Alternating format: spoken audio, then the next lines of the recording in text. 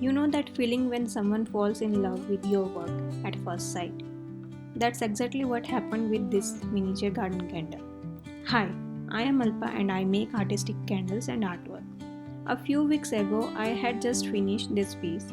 Then a client reached out. She wanted a candle for gifting, something special, and asked me what I do made recently. I sent her photos of this garden candle and she ordered immediately. But she has a one request. She wanted to change the char color. I gave her three options that just fits like pot in the garden: white, brown, and green. She picked the brown because it felt like mostly earthy and natural. And honestly, I think she chose the perfect.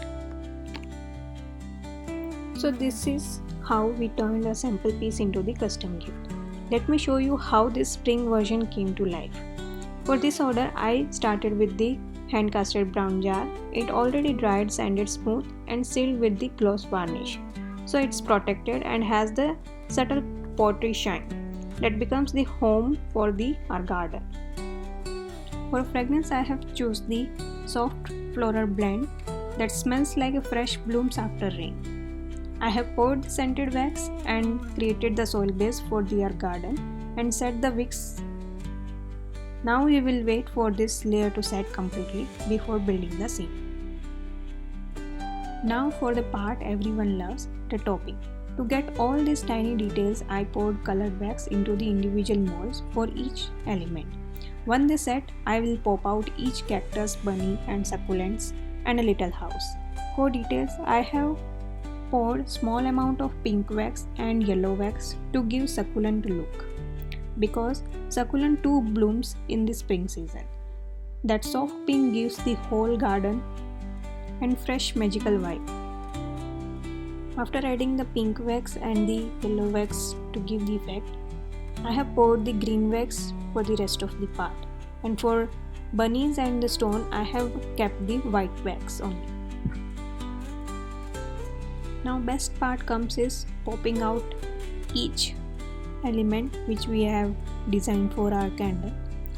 I'm popping out each bunnies and stones and the succulents which we required for our this magical candle. Then comes the arranging part. So first I have melted the top level of the wax to stick all the elements. It's like building a tiny world.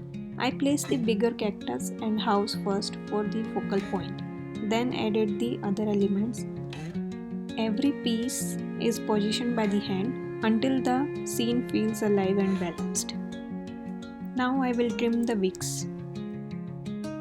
To give the realistic effect, I will draw the eyes of the bunnies.